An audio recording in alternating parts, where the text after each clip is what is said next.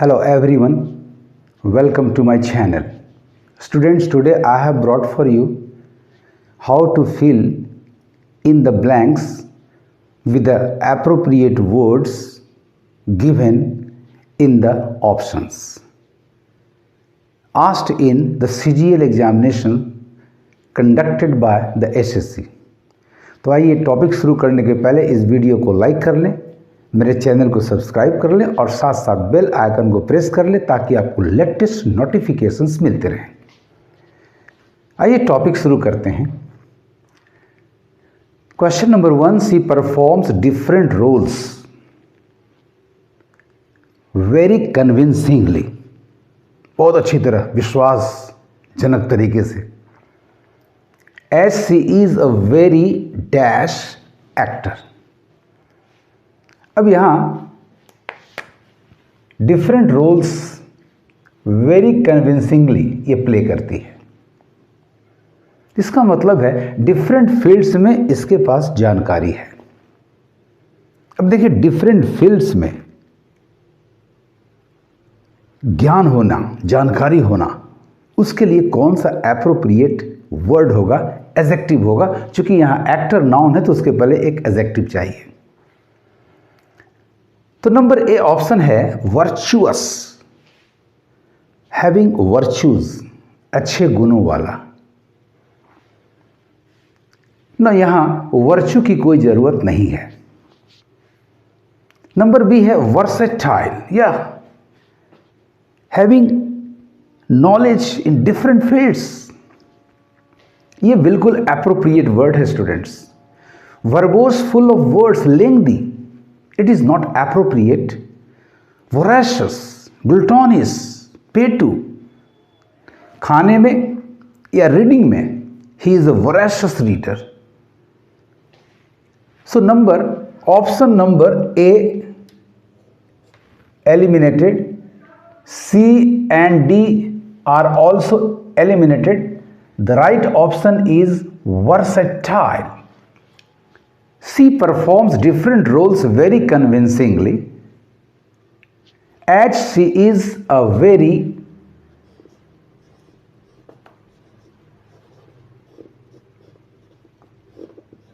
versatile actor. Question number 2 पे आते हैं। Charles Dickens was different in his style of writing. He was a very famous novelist of the Victorian age. Charles Dickens was different in his style of writing from Kinsey, most of his dash in the Victorian age. तो Victorian age के जितने भी writers हैं उनमें ये different थे। उनमें से अधिकांश राइटर्स के जो स्टाइल थे, उनके स्टाइल्स और डिकेंस के स्टाइल में अंतर था।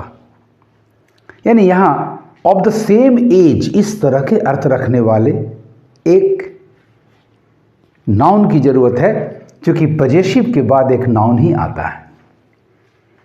आइए ऑप्शंस को एग्जामिन करें। ऑप्शन नंबर ए है contemporaries, yes, persons of the same age, of the same era. ये बिल्कुल सही आंसर है। आप इसे भर दें, मार्क कर लें।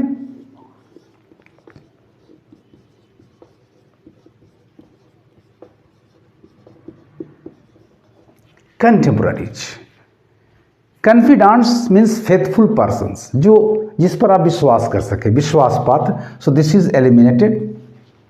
क्रिटिक्स, आलोचक, this is not appropriate here, so eliminated. Cronies, bosom, close friends, पक्के मित्र, ये भी यहां एप्रोप्रिएट नहीं है, so this is eliminated. The right option is number A, contemporaries. Charles Dickens was different in his style of writing from most of his contemporaries in the Victorian age. Question number 3, technology can be dash and people seem to be more attached to screens than ever before. इसका मतलब एक तरह का ये नशा है जो आपको अपनी ओर खींच लेता है और उसका आदि बना देता है। यानी we need a word referring to addiction. देखिए, पजल आउट करना होगा आपको ब्लैंक स्पेस के आगे और पीछे के शब्दों से। तो अब बारी है ऑप्शंस एग्जामिन करने की। ऑप्शन नंबर ए, इनफैचुएटेड, मुग्ध। दिस इज नॉट, चूंकि ये मुग्ध है, कैन बी इनफैचुएटेड, लगता है कि ये सही शब्द है, लेकिन यहां अटैच टू स्किन से चिपके रहना, जैसे एक शराबी शराब से चिपका रहता है क्योंकि उसे एडिक्शन होता है।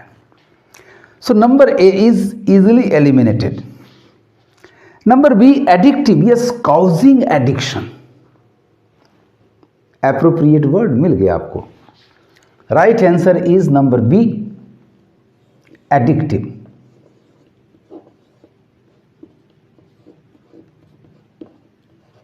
बड़ी आसानी से आप फाइंड आउट कर पाओगे। नंबर सी, कंटेजियस डिजीज के लिए आता है, spreading from one person to another. So this is not appropriate here, eliminated. Incorrigible, that cannot be corrected, जिसमें सुधार की संभावना नहीं हो। So this is also not appropriate here. The right word is number B, addictive. Technology can be addictive and people seem to be more attached to screens than ever before. Now come to question number 4. People of the older generation dash over and उस बातों पर the good old school days, अतीत के सुखद यादों को, अतीत के सुखद बातों को याद रखना, इस तरह का वर्ड आपको ढूंढना है। और एक वर्ब चाहिए। चारों ऑप्शंस आपके वर्ब ही हैं। रेमिनिश का मतलब होता है to remember the happy days, the happy moments of the past. यानी बिल्कुल सही वर्ड हमें मिला है, इसे मार्क कर लें। Reminisce, the right option is number A. The verb that we require here is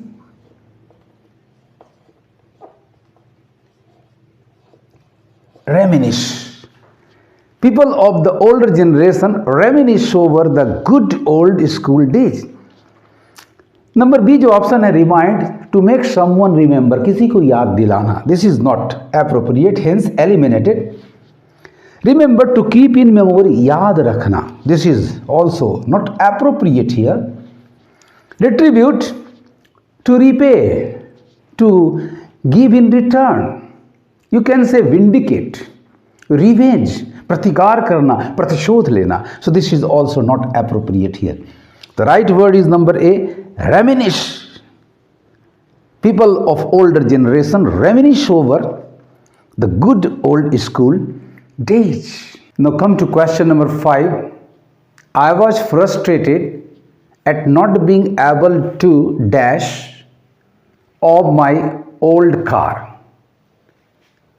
यानी ये मायूस था क्योंकि ये अपनी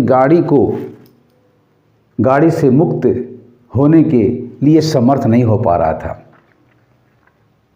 अब गाड़ी से मुक्त होना, इसका मतलब है उसको सेल करना, उसको निपटा देना।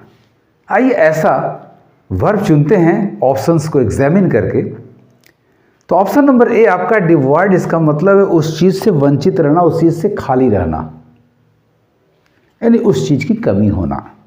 So this is not the correct option, eliminated. Depose का मतलब होता है to dethrone, जनरली एक किंग को, एक हाई अथॉरिटी को पद से हटा देना। This is also not appropriate here. Dispose का मतलब होता है उससे छुट्टी पा लेना, उससे छुटकारा पा लेना, यानी सेल कर लेना। बिल्कुल राइट वर्ड आपको मिल गया student, dispose. Right option number C, the correct word is dispose, अर्थात to sell, to get rid of. Hence I was frustrated at not being able to dispose of, और ये preposition of लेता है क्योंकि इसका असर टुवर्ड्स द सब्जेक्ट हो रहा है, of my old car. The correct answer is number C, Question number 6. The owner of the house was dash at the watchman for letting in a stranger. अब stranger को घुसा दिया building में, apartment में, तो जाहिर है कि घर का जो ओनर है वो गुस्सा करेगा, यानी यहाँ गुस्सा का सेंस है, एंग्री का सेंस है। इस तरह का हम एडजेक्टिव ढूंढते हैं ऑप्शंस को एग्जामिन करके। नंबर ए आपका इम्पेशेंट। इम्पेशेंट का मतलब होता है अधीर, जिसमें पेशेंस ना हो। This is not possible, hence eliminated. Indifferent का मतलब होता है हैविंग नो इंटरेस्ट, उदासीन, सो यहाँ इसकी भी जरूरत नहीं है। Indignant means angry, full of wrath. This is the right answer, students. So the right word is indignant, gussa, angry. Number D है indulgent, taking too much interest in something or someone. So this is also eliminated because it is not suitable here. Hence the sentence is completed with option number C, indignant. The owner of the house was indignant at the watchman for letting in a stranger. Number 7, she got a lucrative job, बहुत फायदे वाला नौकरी उसे मिला, of a translator because she was dash in French. यहाँ एक adjective चाहिए। अब यहाँ एक ऐसा एडजेक्टिव चाहिए जो उसके निपुणता को दिखलाए, भाई उस काम में बिल्कुल निपुण है, दक्ष है। आइए ऑप्शंस को एग्जामिन करते हैं। डिफिशिएंट तो लैक दिखाता है, this is eliminated. Proficient is the right word, इसे मार्क कर लें। Proficient, the right word is proficient.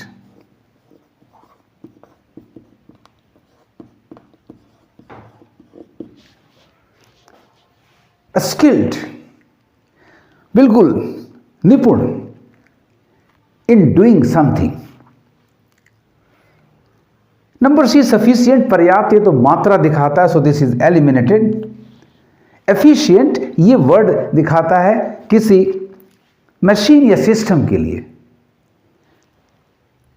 Achieving maximum productivity with minimum wasted efforts और energy, so this is not appropriate here.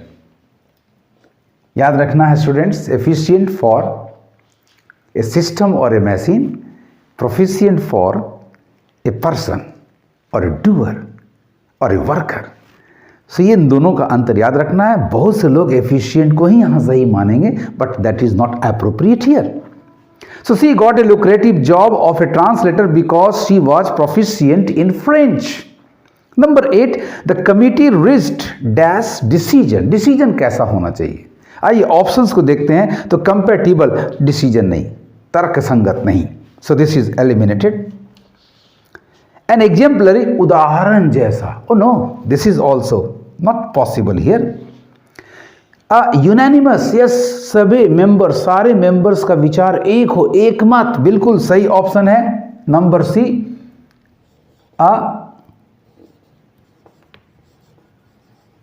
Unanimous,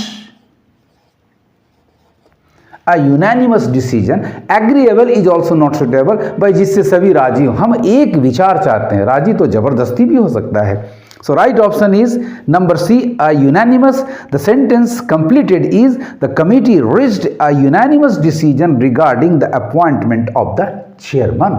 students बहुत ही आसानी से आप कर सकोगे, आपका वर्ड पावर बहुत अच्छा होना चाहिए। ब्लैंक स्पेस के लेफ्ट एंड राइट के शब्दों पर कंसीडर करें, find out the correct word which you can fill in the blank with.